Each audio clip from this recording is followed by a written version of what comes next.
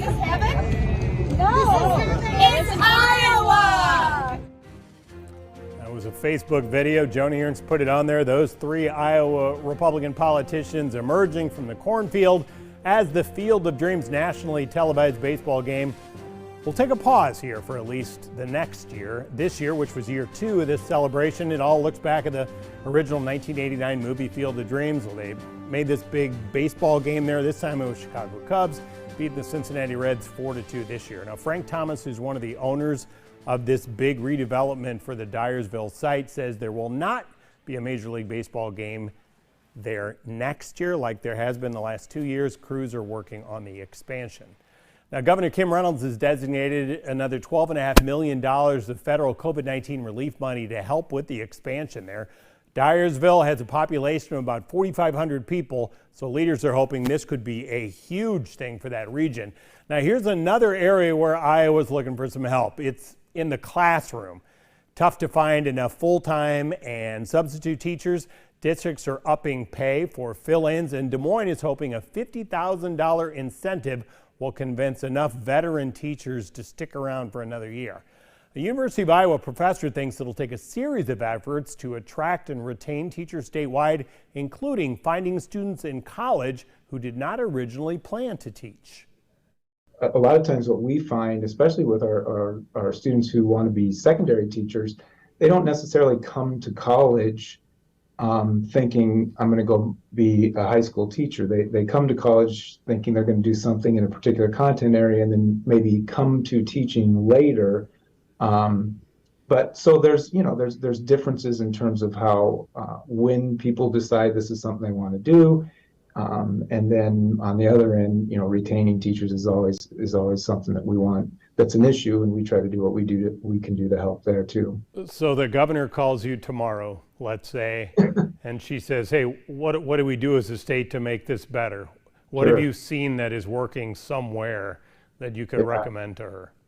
Our position, I think, in terms of here at Iowa and the College of Ed is there's this balance that's necessary in terms of we want to try to find ways to open up teaching as an option to a wider audience of students. We want to try to find ways to maybe get the message to groups of students or groups of people who may not have realized they're interested in teaching, and open up a pathway into teaching for them. So I think, part of this is finding different routes for people to come into teaching. There's work going on in terms of, trying to connect with para-educators who are already working in schools but don't have teaching licensure.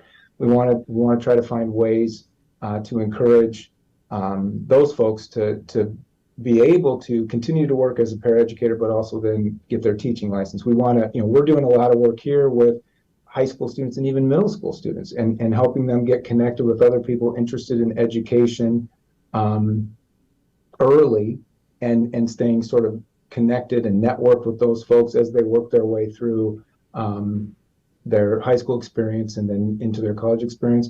We're working with community colleges. We work with Kirkwood Community College quite a bit in terms of trying to figure out different pathways, even for high school students to take some coursework as high school students and then maybe do some of the work at a community college and then come to college here at Iowa or some other teacher ed program. So I think part of it is working on that end of let's find some alternative routes. We call it RAPL, which is a Regents Alternative Pathway to Iowa Licensure, which is a program for people who are who've had a degree in a different field, have done something else for a while and decide they want to get into teaching, and it's a 2-year program, and it's a little more efficient and a little quicker pathway and those sorts of things. Final question, let's do a deep one on you, since this is your profession. Why do you care about this? Well, a couple of things. One, this is what I always tell my students.